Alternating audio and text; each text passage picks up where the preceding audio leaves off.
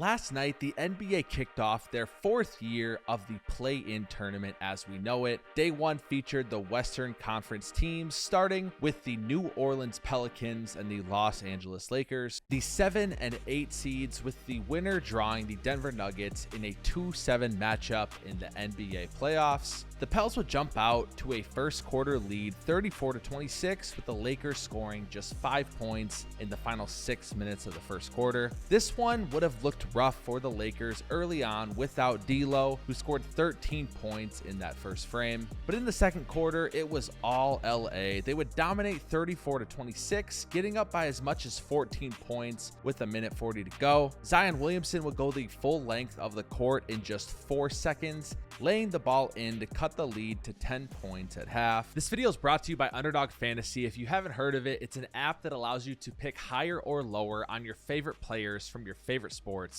They have a new customer special. Jimmy Butler needs just 1 point on Wednesday. Pair that with code Hardwood for a full deposit match up to $100. One more thing, to celebrate the recent success on the channel, I am doing a 15,000 subscriber giveaway. The winner gets a signed jersey of their choice. You can enter by both joining the Hardwood Discord and following me on Twitter. I highly recommend joining the Discord anyway. It's a fun place to be. We're doing watch parties for the play-in tournament and the playoffs and an NBA bracket challenge.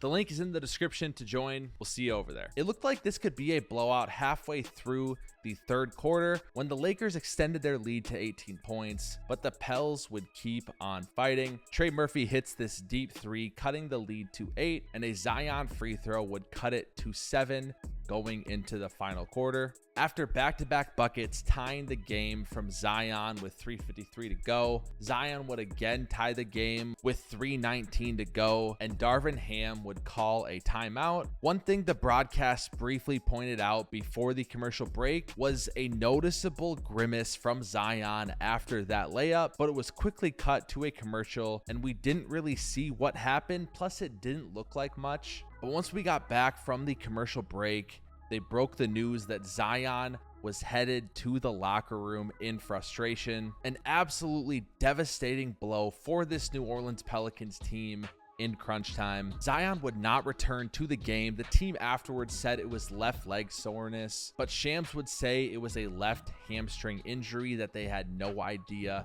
the severity of. There were some reports saying that he left the arena without any noticeable limp, but we all know how tricky and weird hamstring injuries can be. They're pretty easy to re-aggravate even with minor ones. Larry Nance Jr. would fail to tie the game, going 1 for 2 from the free throw line, and then Dyson Daniels helps off strong side, leaving D'Lo in the corner for a dagger 3. The Lakers win this one 110-106. And guys, I must say, I feel so bad for Zion and New Orleans. Zion finished the game with 40 points, 11 rebounds, and 5 assists on 17 for 27 from the field, while exiting the game with still 3 minutes left on the clock. If you remember, these two teams met in the semifinals of the in-season tournament in Vegas, and everybody was clowning Zion for being out of shape and an awful performance. So for him to come back against this team on the national stage, have the game that he had, was absolutely remarkable. I'm so happy for him. It just completely sucks that it ended like this. Again, as you watch the replay, you don't really see anything happen on the play that he tweaked his hammy on. Hopefully it was just all precautionary. He'll play on Friday night against the winner of the Kings Warriors for a chance to face the 1 seed Oklahoma City Thunder in the playoffs. The Pelicans need him, and let's be honest, the game of basketball needs Zion Williamson. He got zero help from his veterans in this one. CJ McCollum was awful, finished 4 for 15 from the field, 1 for 9 from 3, and 9 points. And that's after CJ had been averaging about 30 points per game over the past 7 games. Brandon Ingram struggled as well, but I understand that one more. I'm pretty sure he was on a minutes restriction, only played 25 minutes in this game, 4 for 12 from the field, 11 points, but he's coming off that knee injury, with this only being his second game back. Anthony Davis played Jonas Valanciunas off the floor. He only played 20 minutes, went 1 for 7 from the field. Instead, it was the Pelicans' young guys that kept them in this one. Jose Alvarado was massive. He finished with a team high +10 plus minus. Trey Murphy and Herb Jones were just fine in this game as well, but with Zion off the court, the Pelicans could not score. But that is understandable. When CJ and BI are having such bad games, you're going to have trouble scoring, and honestly,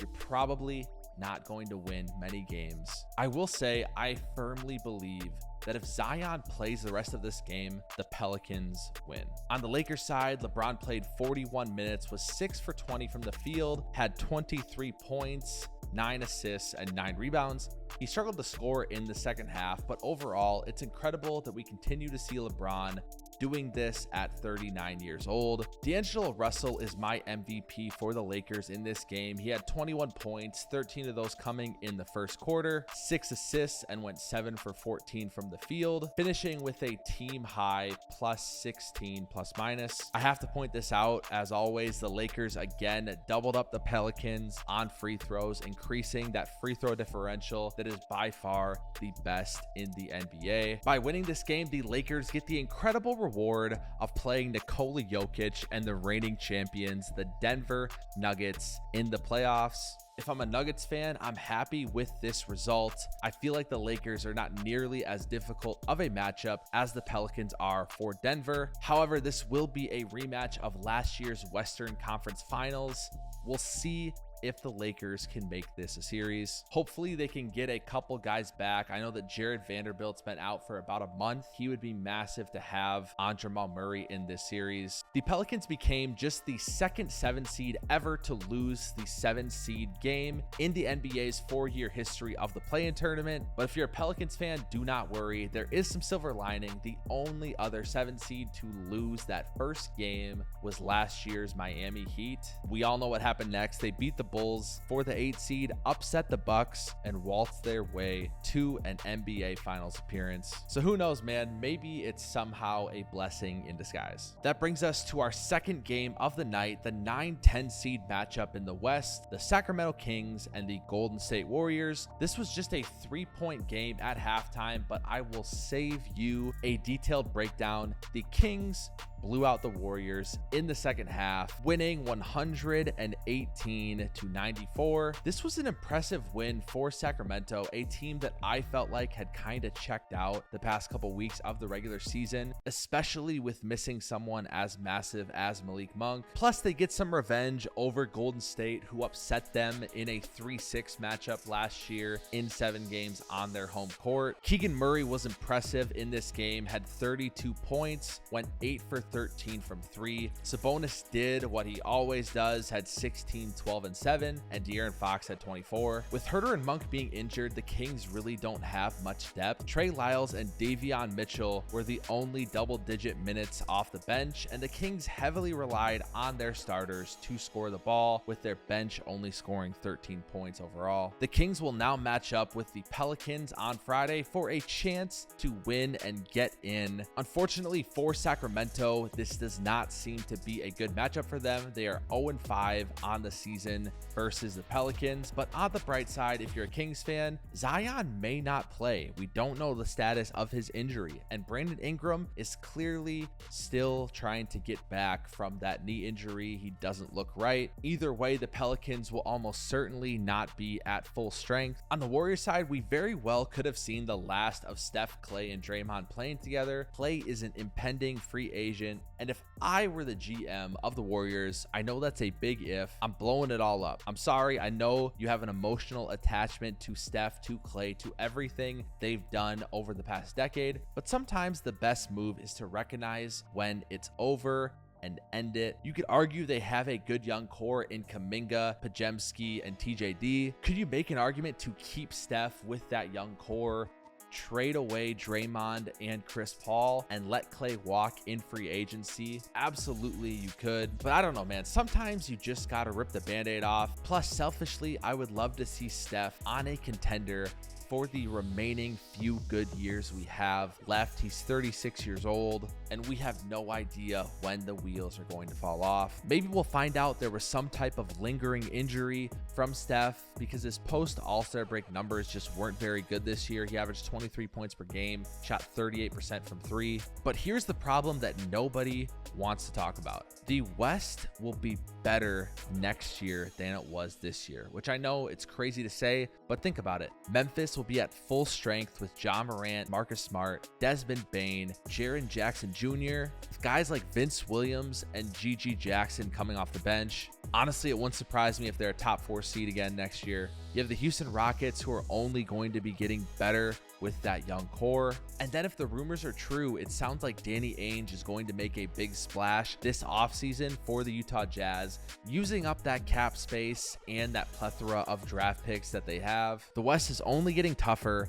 and it feels like you are fighting an uphill battle trying to keep this same Warriors group together. To be frank, they're just not good enough to compete in the West for years to come. If I'm being honest though, they probably just re-signed Clay to a semi-team friendly deal next year and run it back. When it comes to actual performances tonight from Warriors players, Clay was awful. He was 0 for 10 from the field, 0 for 6 from 3, 0 points in 32 minutes. Steph had 22, but he really didn't play that well either. Keon Ellis did a good job on him. And speaking of Keon Ellis, he had 15 points on 5 for 8 from the field for the Kings. That is absolutely massive for a team that is hurting for scoring depth right now. Chris Paul also finished in 18 minutes with a whopping 3 points, 2 assists, and 1 rebound. I'm done talking about the Warriors. I was an idiot to pick them. I just thought the Kings were checked out and missing Malik Monk badly, but clearly I was wrong. That does it for our day 1 recap of the play-in tournament. If you guys enjoyed this video, be on the lookout for tomorrow morning. We'll be releasing our day 2 recap. If you enjoyed these videos, comment, subscribe, join the Discord. We're doing live watch parties for a majority of the NBA playoffs. And don't forget that 15,000 subscriber giveaway. All you have to do is enter the Discord and follow me on Twitter. Thanks for watching, and as always, we'll see ya on the hardwood.